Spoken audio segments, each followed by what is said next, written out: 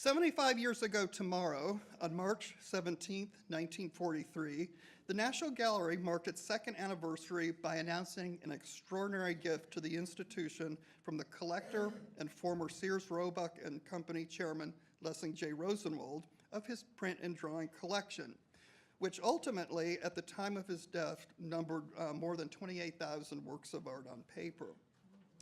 The collection of works ranging in date from the late 11th century to the mid-20th century was the finest ever assembled by one person in the United States. And its donation constituted one of the single largest gifts by a private individual to the nation. The gift immediately catapulted the National Gallery's public collection of prints and drawings into one of the finest in the country. Lessing J. Rosenwald, seen here in a photo from the 30s on the left and on another photo from the 60s, was born to American businessman and philanthropist Julius Rosenwald and his wife, Augusta Nussbaum, in Chicago on February 10, 1891. After attending Cornell University in 1911, he went to work for Dad's company, Sears, where his father was part owner, president, and chairman of the board of the burgeoning mail order store. Lessing, starting as a shipping clerk, was sent to Philadelphia in 1920 to start the company's catalog supply center there. Julius's sense of philanthropy was strong and was to have a great influence on his son. Marking his success in business, Julius, seen here, established in 1917 a fund that dispensed over $70 million to public schools, colleges, universities, museums, Jewish charities, and black institutions until 1948, when the Rosenwald Fund purposely ended. In particular, Julius responded to the poor state of education for African Americans, especially those living in the rural South, by providing the architectural plans and matching funds that built schools during the late teens to 1932, an astonishing 5,300 schools from Virginia to Texas and from Florida to Oklahoma. The Rosenwald Fund also made fellowship grants directly to many African-American cultural luminaries that included the writers Ralph Ellison, W.E.B. Du Bois, Langston Hughes, Maya Angelou, the photographer Gordon Parks Jr., the artist Elizabeth Catlett, singer Marian Anderson, and dancer Katherine Dunham, just a few of the beneficiaries of the Rosenwald Fund. After Julius's death in 1932, Lessing succeeded his father as Sears chairman. And 7 years after that, he took an early retirement and fully dedicated himself to the collecting of prints, drawings, and illustrated books, as well as managing the family charities. For the next 40 years, Rosenwald's collection was his primary focus, one in which he relished both the acquiring of works, especially rare ones, and generously sharing the fruits of his labor. An account of Rosenwald's remarkable life as print collector and connoisseur, together with the discussion of highlights from his collection, can be found in Ruth Fine's catalog for the National Gallery's 1982 exhibition, Lessing J. Rosenwald, Tribute to a Collector, to which this present lecture is indebted. Rosenwald's interest in print seemingly began in 1923 when he ordered several seminal books on printmaking, including Arthur M. Hines' The History of Engraving and Etching, which was republished in a new edition in that very same year, 1923. He might also have been influenced by his mother's small collection of late 19th and early 20th century etchings. His own first documented print acquisitions were made in 1926. The very first purchase, data known, is the image that you see here on the screen now. It's by the Scottish printmaker D.Y. Cameron. His first were made, and these prints that he collected at this time were made by artists working at that time in France, Britain, and the United States. These printmakers were wishing to revive the technique of etching that flourished during the 17th century. These artists particularly took inspiration from Rembrandt van Rijn and James Whistler being one of the best known of these so-called etching revival printmakers. In 1928, Rosenwald bought his first two prints by both Albrecht Dürer and Rembrandt. Two artists were to remain the collector's favorite, ending up years later with a total of slightly more than 300 works by each artist. Acquisitions, especially of old master prints, quickened through the late 1920s, and by the end of the decade, his collection numbered 4,300 works. He got off to a very quick start. Rosenwald began collecting at a time when European collections were being sold off, first due to World Depression and later to the effects of World War II. Two of the most important dealers in these formative years of the late 1920s and 30s were J. Leonard, nicknamed Dick Sessler, and Dr. A.S.W., nicknamed Doc Rosenbach. Sessler, whose father Charles founded a downtown Philadelphia print gallery and bookstore in 1882, Sood had a long-standing working relationship with Rosenwald. Sessler would purchase works at sales for himself, but give Rosenwald first refusal and earn a 10% commission. Sessler also acted as a critical go-between for the collector and other print dealers.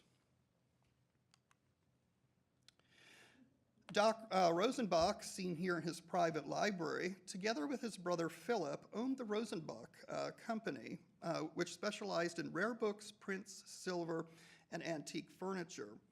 The company, located in the brothers' Philadelphia townhouse, and which is today open as a museum, was initially the source for Rosenwald's extensive print reference library, with, as I mentioned, purchased as early as 1923.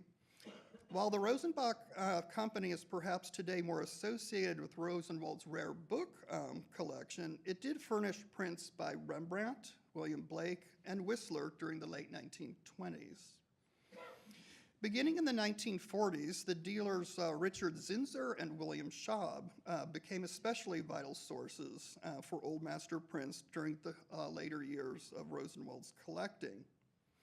Rosenwald soon developed a large network of well-respected national and international print dealers, galleries, and auction houses, including P&D Kolnagi, Knoedler and Company, Frederick Keppel and Company, the Buchholz Gallery, C.G. Berner, Holstein and Puppel, Erwin Rosenthal, Pierre Berez, and Henry Petier. Rosenwald's collection was mostly housed in his office at the Philadelphia Sears Building until 1939, when the construction of Elverthorpe Manor and an attached art gallery located in the Philadelphia suburb of Jenkintown was completed. This handsome 52-room mansion, which we see here, with splendid Art Deco-inspired interiors, was designed by the Chicago architect and also Rosenwald's cousin, Ernest A. Grunsfeld, in association with Wallace E. Yerkes. And the house was featured in a prominent architectural magazine in the March 1940 issue of Pencil Points. The art gallery, which was attached to the family's house, included 2 exhibition aisles with 5 print storage bays. There's one bay. A study room for visitors, very important. And note one of the prize prints in his print collection is this very rare woodcut, a 15th century hand-colored woodcut. It's half of a lectern cloth, which he had framed and hanging above the fireplace. Later, the gallery also included a balcony library for his reference books, and also he had an office in the gallery. Later in 1968, after Lessing and his wife Edith moved to a smaller house on the property, the main building was donated to Abington Township for, in part, the Abington Art Center, whose present studio space once housed the Rosenwald collection of prints and rare books. Rosenwald's initial gift of 30 prints to the National Gallery was made in 1941, the year the museum opened its doors, and included works by Martin Schongauer, Dürer, and Andre Mantegna. In 1942, Rosenwald came to work in Washington, becoming director of the Bureau of Industrial Conservation of the War Production Board, and commuting between Jenkintown and the nation's capital. In January of 1943, Rosenwald showed his collection to the first director of the National Gallery, David Finley. After a second visit to Jenkintown by Finley a month later, discussions were now well underway to formalize a plan for Rosenwald to give his collection to both the National Gallery, all of the single sheet prints, drawings, and technical material, and to the Library of Congress, who received the rare illustrated books. And you'll see a letter of intent was drafted and the collection given on behalf of the American people. Seen as a great act of patriotism during the middle of a raging world war, Rosenwald's donation to the National Gallery was publicly announced on March 17, 1943, and it was comprised of more than 6,000 prints, drawings, woodblocks, and copper plates. This initial gift included 64 woodcuts and 91 engravings by Dürer, 230 etchings by Rembrandt, an extraordinary group of engravings and watercolors by Blake, 270 lithographs by Honoré Daumier, and 367 prints by Whistler. Concurrently, Rosenwald gave the Library of Congress 700 rare illustrated books. Conditions were set for the gift, including one that specified the collection remain at Alverthorpe until after Rosenwald's death, when both the National Gallery and Library of Congress agreed to have the works transported to Washington and housed in their respective institutions. He also stipulated that he had the right to make additions to the original donation, and he gave the National Gallery permission to upgrade impressions by deaccessioning and using that money to obtain a better example if found. Other major gifts to the gallery occurred in 1945, 1,300 works were given. In 1946, another 700, 1949, 500, 1951, 1,500, and about 4,000 in 1964. The remainder of his collection was bequeathed after his death in 1979, bringing the total gift to the gallery to around 28,000 works of art, and to the Library of Congress to more than 2,600 rare books, including bound volumes of preparatory drawings for printed book illustrations, with a reference library of secondary material of around 5,000 volumes. With this gift, Rosenwald became one of the founding benefactors of the National Gallery and served as a trustee on the institution board for many years. And significantly, even after 40 years of rapid growth since Rosenwald gave his last print, his collection today comprises over 1/4 of the gallery's total holdings works of art on paper. By the mid-1930s, with an ever-expanding collection and an increasing public attention dictating more demands, Rosenwald recognized the need for a professionally trained curator. In 1937, he hired Elizabeth Mongan, a former student in Harvard University's Fogg Museum Studies program, who was recommended to Lessing by the famed program founder and Rosenwald friend, Paul Sachs. For the first time, the collection now had rigorous continual care and scholarly attention.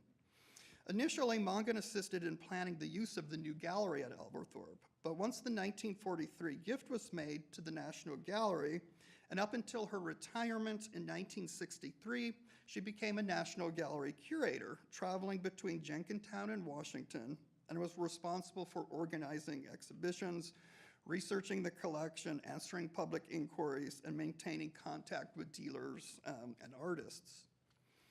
In 1963, Richard Field assumed curatorial duties, followed by Alan Shestak in 1965. In their 10 years at Alverthorpe, each produced landmark exhibitions accompanied by full catalogs on Rosenwald's substantial collection of Northern 15th century prints, Field on the woodcuts and Shestak on the engravings.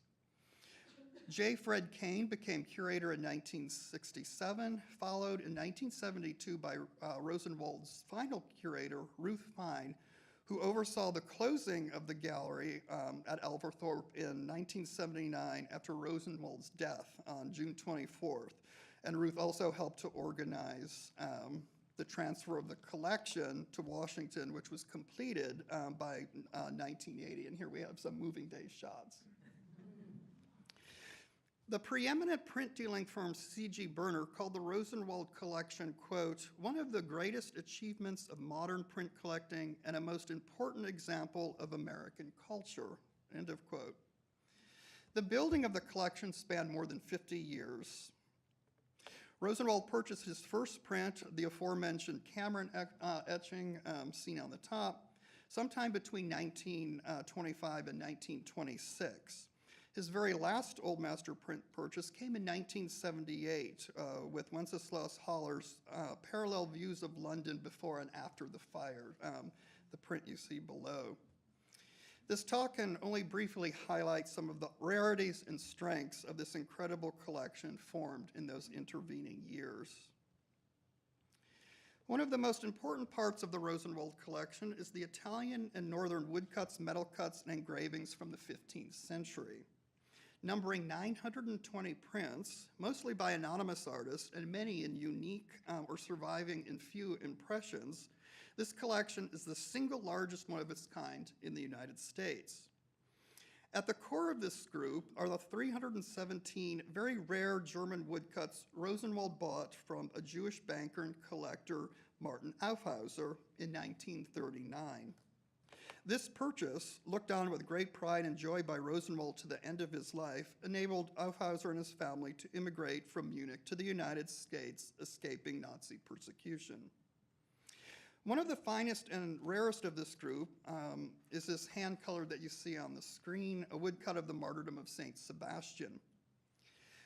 Rosenwald's collection of Northern 15th century engravings numbers more than 250 examples by 25 named artists, including 13 prints by Master E.S., the first engraver of this period to sign his works with a monogram. Rosenwald purchased his first 3 prints by this artist in 1929, including the print that I show you here, The Knight and the Lady. And another rarity is this striking impression of Master LCZ's The Temptation of Christ, done between 1500 and 1505, which is considered the artist's masterpieces and one of his only 12 known prints. Martin Schongauer, a very influential printmaker from the 15th century, is represented in the Rosenwald collection by more than 100 engravings, making it one of the finest in the United States. The artist Archangel Gabriel, dated to about 1490-91, and seen here, was one of Rosenwald's favorites. His first 10 Schongauer prints were acquired in 1928, and subsequent purchases were made on and off until 1959. Rosenwald also acquired Schongauer's pen and ink, very lifelike study of a bust of a monk assisting at communion. The artist's surviving drawings are rare, and only a handful are now in the United States. Though Rosenwald's interest was primarily prints, he did ultimately acquire around 2,000 drawings that either related to the prints or were major drawings by the artists that he collected. In 1948, Rosenwald acquired 10 drawings from the renowned Liechtenstein Princely collection, including this Netherlandish 14th century metal point, Death of the Virgin, that you see on the screen. And from the 15th century, this Hugo van der Goes pen and ink drawing of St. George and the Dragon. One of Rosenwald's favorite artists was the prodigious German Renaissance artist Albrecht Dürer, whose influential bodies of prints has been greatly admired ever since they were made. The collection, Rosenwald's collection includes more than 300 woodcuts, engravings, etchings, dry points, as well as one silver point drawing of the artist's brother Hans, seen here. Rosenwald's first Dürer purchase in 1928 was an impression of the artist's famed engraving Melancholia in the second state. He later acquired not one, but incredibly two impressions of the extremely rare first state, which I show you here, in which the number 9 in the square was reversed. So he realized his mistake, had to burnish out the 9 and redid it, and I think there are only about 5 in the world, and we have 2 in the Rosenwald collection. Rosenwald also acquired an equally rare surviving copy of the artist's published volumes of the so-called Three Great Woodcut series. So many of these were disbound over the centuries. Rosenwald obtained a copy of all 3 of the great woodcut cycles in a contemporary vellum binding. Like Dürer, his contemporary Albrecht Altdorfer was a prolific and influential printmaker whose works also found prominence in the Rosenwald collection. Among the more than 100 prints by Altdorfer, the most significant is the 6-color woodcut of the beautiful Virgin of Regensburg, dating to around 1519, 1520, and seen here. One of only 2 known impressions in this earliest edition, this print is considered the first full-color print in the history of European printmaking. Perhaps the crowning glory of Rosenwald's Northern Renaissance collection is the 4-volume illustrated manuscript of the 4 elements, fire, earth, air, and water, done by the Flemish artist Joris Hufnagel between 1575 and 1580.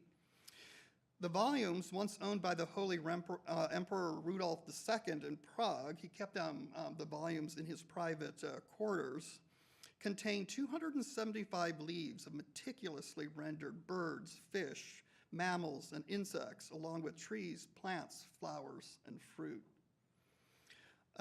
One plate here, and then another from this is plate 22 from the volume on fire, which is dedicated to insects. This magnificent compendium of the natural world was an appropriate gift from Rosenwald to his wife Edith, who delighted in nature and took great interest in the gardens that she created at Alberthorpe, which in themselves became a destination to see in their own right. With more than 300 works, Rosenwald's Rembrandt prints and drawings quickly became one of the most celebrated parts of his collection. His very first Rembrandt print was given to him by his brother William in 1927, and his first purchase was a year later. By 1930, the Rembrandt collection had already grown to more than 150 prints and 3 drawings. The circa 1637 red chalk self-portrait, in which the artist casts a penetrating gaze at the viewer, was among these early purchases. Rosenwald's Rembrandt drawings were to total 9 sheets, both figural studies and landscapes, and this is one of the few drawn self-portraits by Rembrandt now still considered to be authentic. Rosenwald took particular interest in collecting Rembrandt's multiple impressions and developmental states of prints, as well as those printed on different papers and those exhibiting tonal variations. He was acquired 2 different states of Rembrandt's monumental dry point, Christ crucified between the 2 thieves, or more commonly called the 3 crosses, begun in 1653. Though Rembrandt's discriminating wiping of the ink on the plate, and I'm showing you state 3 here, reveals a dramatic contrast between the lights and darks, in which attention is not only focused on the main subject of Christ, but on the large supporting cast of characters as well. In the 4th and final state seen here, executed roughly 7 years after the first state, Rembrandt has drastically reworked the plate in its entirety. Not only has he burnished away many of the incidental figures, but he has considerably darkened the plate through the use of closely scored dry point lines, focusing the viewer's attention solely on Christ's suffering. Rarities among Rosenwald's Dutch 17th century holdings are two prints by the experimental etcher Hilkiel Sagers. Known impressions by this artist number only around 180, and very few of these can be found in American collections.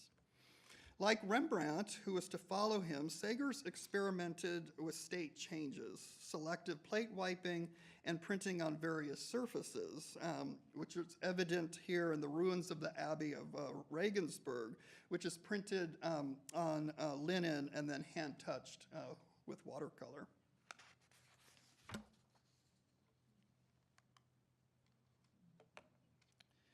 Rosenwald also formed several large collections of French 17th century works of art on paper. He began collecting etchings by the highly prolific and imaginative printmaker Jacques Collot in 1928. The Collot collection, which would ultimately number more than 550 prints and 2 drawings, is one of the finest and most extensive in this country. In 1946, Rosenwald purchased a splendid impression of the stag hunt, seen here, considered one of Collot's masterpieces. The largest purchase of Collot prints came in 1949 with the acquisition of more than 300 impressions, which had been in a collection of more than 800 prints formed by a 19th century French nobleman.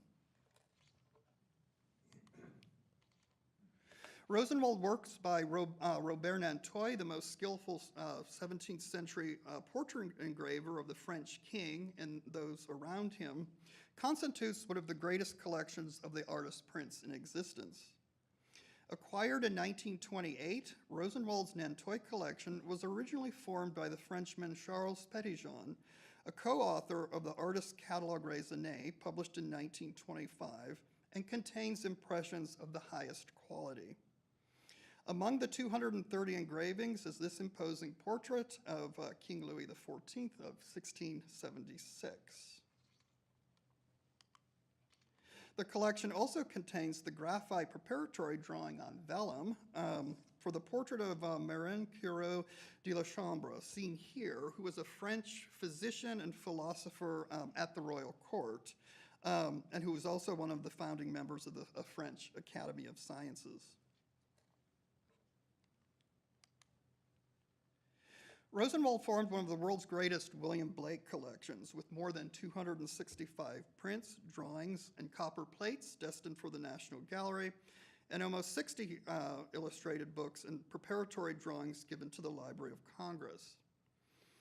The formation of the Blake collection began in 1929, with much of it being bought from the Rosenbach Company. In 1937, Rosenwald purchased part of a Blake collection formed by the artist's patron, John Linnell, and given to his heirs to the British Museum, where it had remained on deposit ever since. Rosenwald purchased this, and the Linnell collection notably includes Blake's copper plates for the illustrations for Dante's Divine Comedy, and the early proofs for the Book of Job.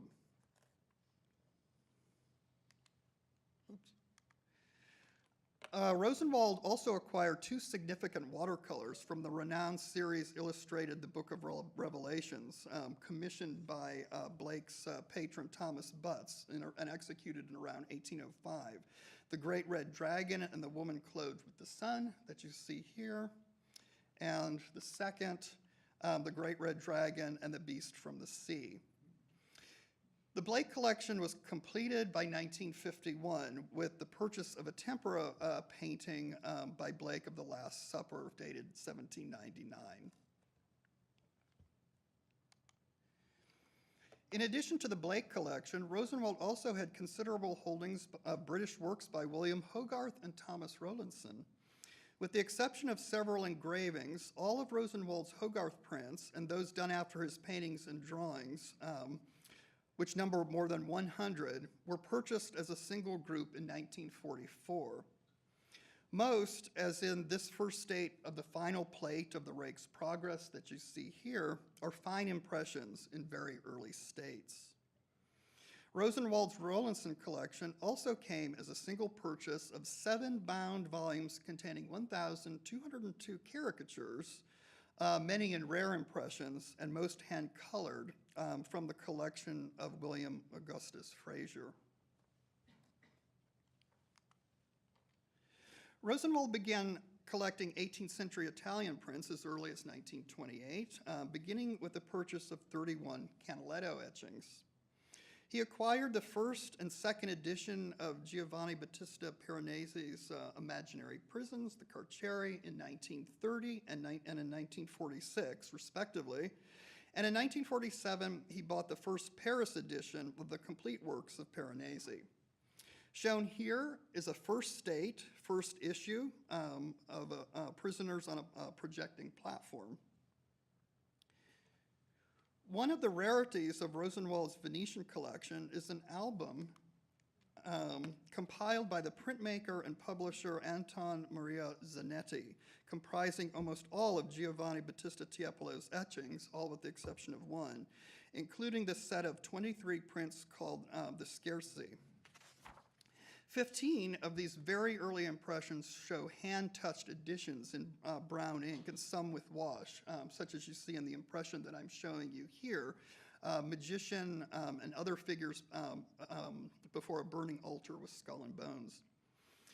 This volume and a second volume that contained etchings by Giovanni Battista's son, Giovanni Domenico, his prints of Way of the Cross. These two volumes were acquired by Rosenwald in 1951.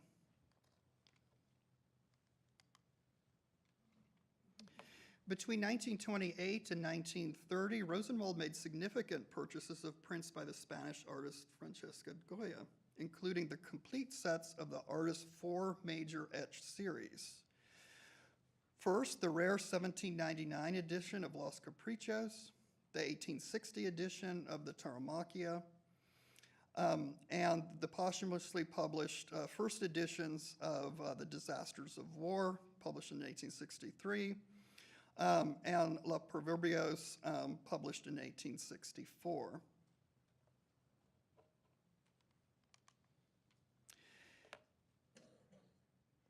And I just showed you his, the very famous Goya print, The Sleep of Reason Produces Monsters. At this time, Rosenwald also acquired rare and early working proofs of several prints from Le Capriccios, including one hand-touched with black chalk that I'm showing you here. And the areas of chalk indicates the areas that he later applied aqua tint to. And later, Rosenwald acquired a rare proof set of the prints for Los Proverbios.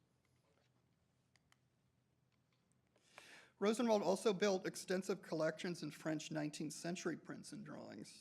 Beginning in 1928, he maintained an early interest in the caricatures of Henri Daumier, whose graphic work is represented by around 650 lithographs, as well as 30 drawings and watercolors. This early impression of the idlers from the daily popular journal Le Caravarie, seen here, is a proof before the printed captions. The annotations in brown ink that you see were made by one of the paper's writers, Louis Huard, and included notes of instruction to the printers. The lower of the two annotations in the upper left corner says, quote, Daumier complains about the quality of the last proofs. Take care of this, end of quote.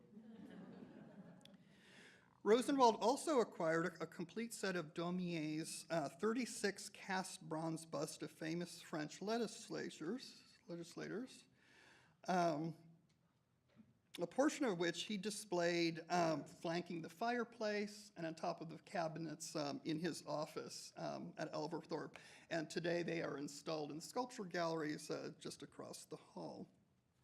An outstanding highlight from the 19th century collection is Edgar Degas' very first monotype, The Ballet Master, done in collaboration with Viscount Ludovic Napoleon Lepic, from whom Degas learned this process, and seen here.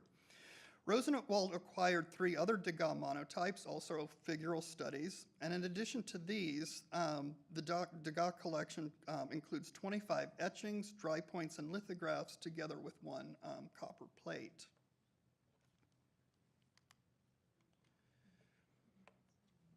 The Rosenwald holdings contain important print examples by Paul Gauguin, whose works were first acquired by the collector in 1940.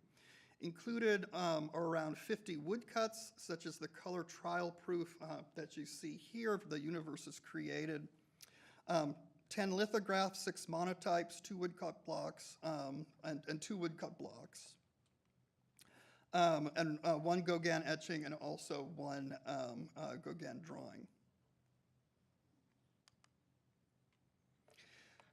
Another noteworthy part of the Rosenwald French 19th century collection is the group of lithographs by Henri de Toulouse-Lautrec, which numbers around 250 prints in total. One of the finest in this group is an impression of the lithograph of American actress and dancer Miss Loie Fuller, seen here printed in color ink and gold ink.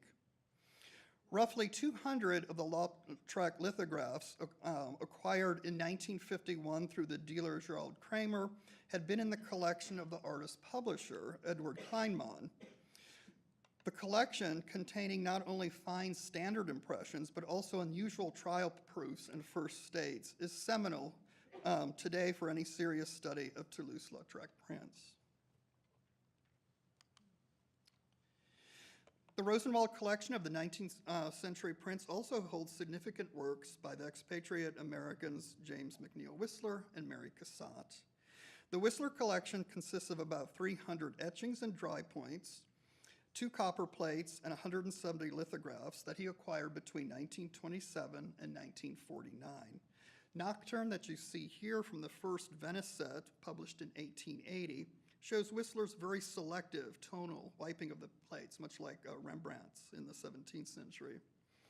In 1949, Rosenwald purchased a noteworthy group of 35 Whistler etchings from the collection of Harris Whittemore, the first American collector of Impressionist paintings, prints, and drawings. And as a footnote, he owned Whistler's Symphony in White No. 1, The White Girl, which is today now at the National Gallery. Rosenwald acquired critical works by Cassatt, totaling 10 drawings and more than 65 etchings. Especially remarkable among this group are the artist's 14 color intaglio prints from a series of 17 inspired by Japanese woodcuts, including the bath that you see here, that Rosenwald purchased from the French dealer Jean Guarnet in 1940 and 1941. This set, containing various preliminary drawings and trial proofs that offer a fascinating step-by-step explanation of Cassatt's very elaborate process, this set was still in the artist's original package that she had sent to her publisher, Ambroise Vollard.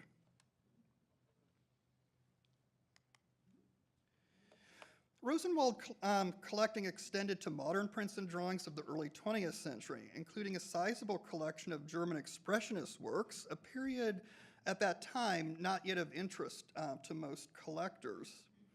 Many of these works were bought as a single lot of more than 300 prints and drawings from the Claude Schaeffer collection in 1950. Artists represented included Ernst Ludwig Kirchner, Max Beckmann, Emil Nolde, Max Pechstein, and Edvard Munch. Here is Kirchner's 1912 woodcut figure of a woman, and important German expressionist prints and drawings, originally from the collection of the Berlin dealer Karl Buchholz, were acquired by Rosenwald in December of 1944, which includes this beautiful, one of my favorite watercolors in the collection, Carl Schmidt-Rottluff's striking yellow iris. And another one of my favorite drawings. Begun in 1939, Rosenwald's Katie Kolbitz collection is notable, containing more than 115 etchings, lithographs, and woodcuts, with many of these lithographs are redrawn working in trial proofs, and 27 drawings ranging in date from 1892 to 1938. Especially moving is the 1933 charcoal self-portrait drawing seen here.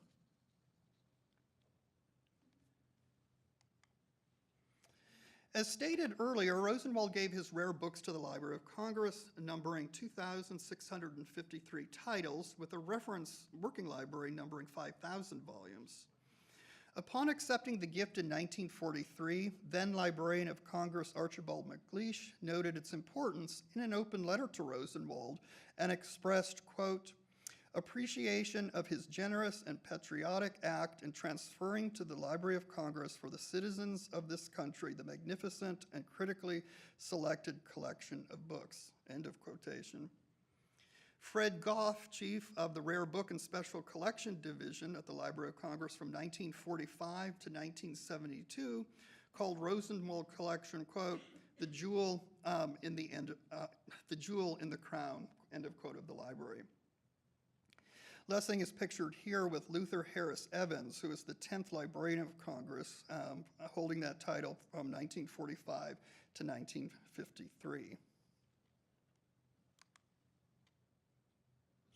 After the collection was brought to Washington in 1980, the library created the Rosenwald Reading Room, replicating the Alverthorpe study room, complete with original furnishings. The original study room at Alverthorpe, the desk, the benches, now at the Library of Congress, the wonderful Art Deco light fixtures. Presiding over the room, as it had done at Alverthorpe, is the head of Orpheus,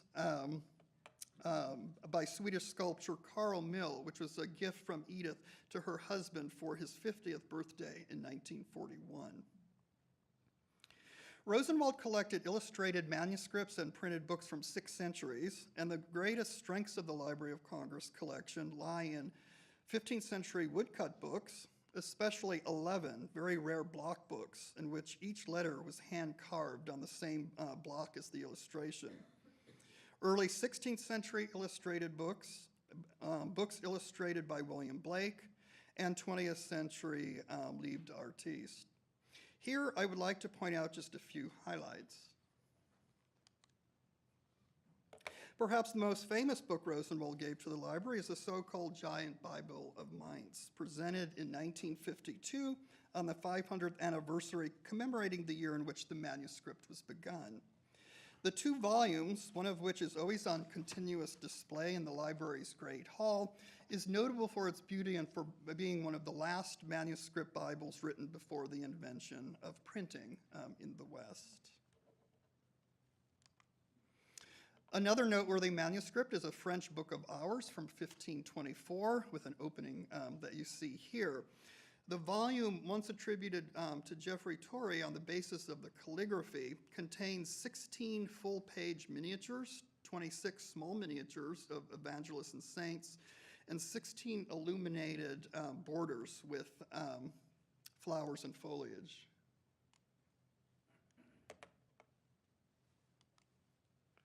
One of only 2 known copies, the 1495 Epistles of the Evangelists, a page opening that you see here, is considered one of the greatest illustrated Florentine books of the period.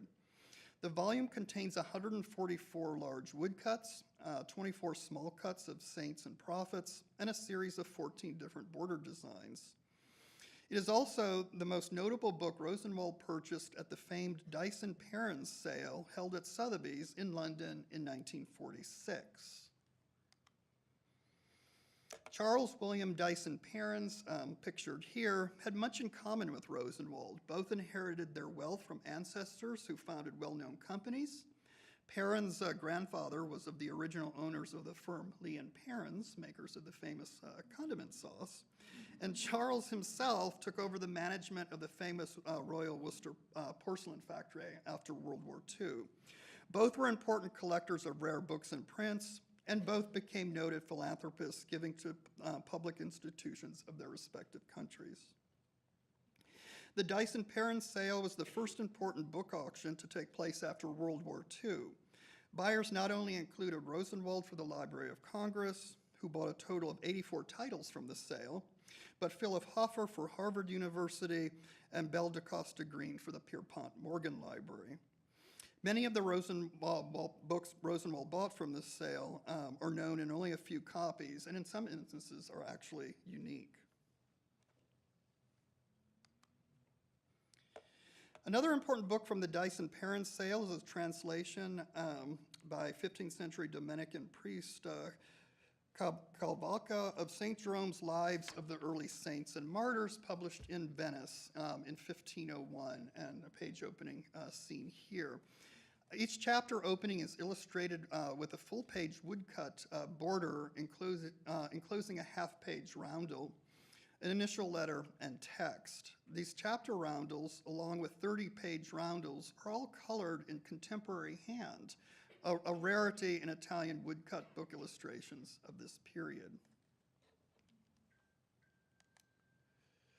As previously mentioned, Rosenwald assembled one of the finest collections ever of illustrated books, drawings, engravings, and copper plates by the artist, engraver, poet, philosopher William Blake. He gave the Library of Congress around 30 illuminated Blake books with prints by Blake after his own design, such as the Songs of Innocence Experience, published in 1754, here open to frontispiece and title page, and also frontispiece, Ancient Days from the publication Europe, a Prophecy, also published in 1794. The collection also contains almost 30 books containing prints designed by Blake, but engraved by others, and finally engraved book illustrations by Blake, but after the designs by others. Rosenwald also collected artist books from the late 19th century and early 20th century, including the first great example from the 20th century, Paul Verlaine's collection of poems entitled Parallèlement, with lithographic illustrations by Pierre Bonnard, and published by the Parisian art dealer Ambroise Vollard in 1900. And here is a page opening from that book. Of a total edition of 200 copies, the Library of Congress volume is one of only 30 printed on China paper, and is one of the very few to contain the original imprint of the mark of the national printer. Because the book was banned on moral grounds soon after it was published, the French Ministry of Justice had the book recalled, and Vollard had to print a new title page without the royal mark. If Lessing Rosenwald's collecting gave him great satisfaction and joy, the sharing of his riches gave him even more pleasure. In the 1943 deed of gift to the gallery stipulates that the collection, quote, shall be made as useful from an education and cultural point of view as the collection permits, end of quote. He fervently hoped his collection would be seen and enjoyed by many, once famously stating, quote, for my part, I believe that a work that is never seen is little better off than one that has never been made, end of quote. He gave unprecedented public access to the gallery at Alverthorpe, and was known for personally welcoming generations of visiting scholars and students, including, I love this story, a yearly visit from a local third grade class in which he explained to them the making of an illuminated manuscript, and at their departure and not before, he gave them each a piece of candy. At any given time, works from the Rosenwald collection could be found up to 60 national and international exhibitions, many of the US venues being smaller museums away from the country's major art centers. Two of the earliest exhibitions featured the Rembrandt etchings at the Baltimore Museum of Art in 1929 and the Daumier lithographs at the Free Library of Philadelphia in 1930.